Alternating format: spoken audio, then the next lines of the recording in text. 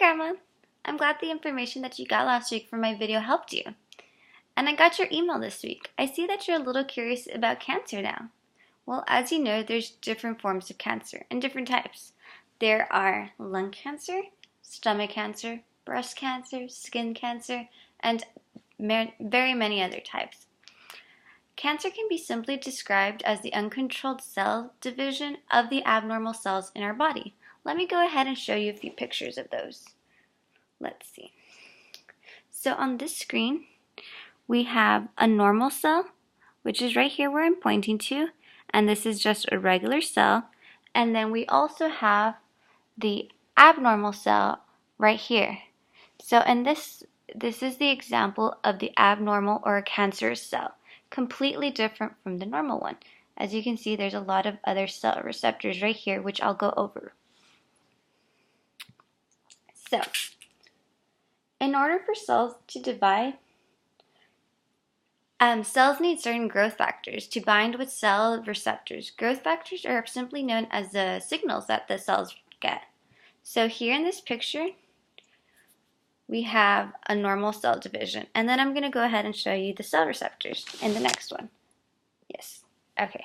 So in this screen right here, we have the cell division. So up here at the top, we have a normal cell.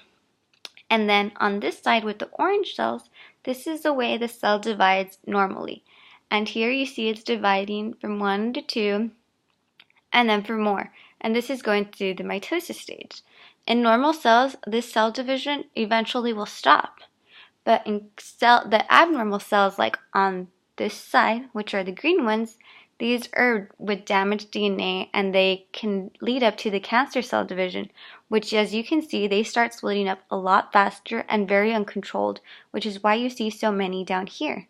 All of these signify and show that there's a lot of abnormal cell divisions.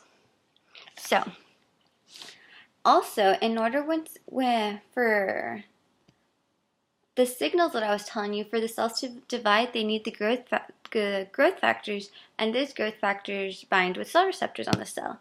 And this is what I have right here to show you. So in this picture, we see right here we have a normal cell. Here's a nucleus, as in very typical cell. Up here in these blue areas, these are called the growth factors that I was explaining, and they attach to the cell receptors, which are right here and then attached to the cell. So when a cell is dividing, these growth factors go and attach to these cell receptors. And then let me see. So in some cases, these cell receptors can be defective, and this can then cause the cell receptors to become activated without binding to a ligand, or they can refuse to turn off after they are activated, as well as becoming overexpressed. And that actually happens in this certain type of lung cancer. So I'm going to go and tell you a little bit of that. So for example, in the squamous cell carcinoma of the lung, the epidermal growth factor, which is one of those growth factors that I was telling you, like here in the blue, it's overexpressed, and so it can possibly lead to the lung cancer. Here in this picture, we have a picture of the squamous cell carcinoma. So, right here we have the lungs, and right here we have the bronchi, and up here we have the gross pathology of the squamous cell carcinoma. So that's all those little lumps right here. And as you can see in the big picture, this squamous cell carcinoma can come out in the bronchi, which is right here in the middle. Okay, and then let's see what else. So there's also different types of lung cancers. Let me find that picture.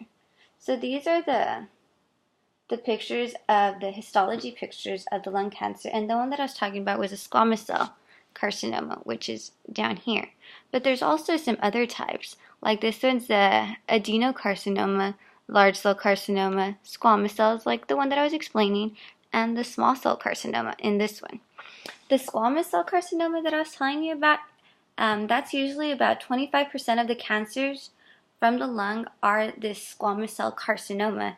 And this happens when the tumor originates in the bronchi or in the major lobes, which is right here in this picture of the lung.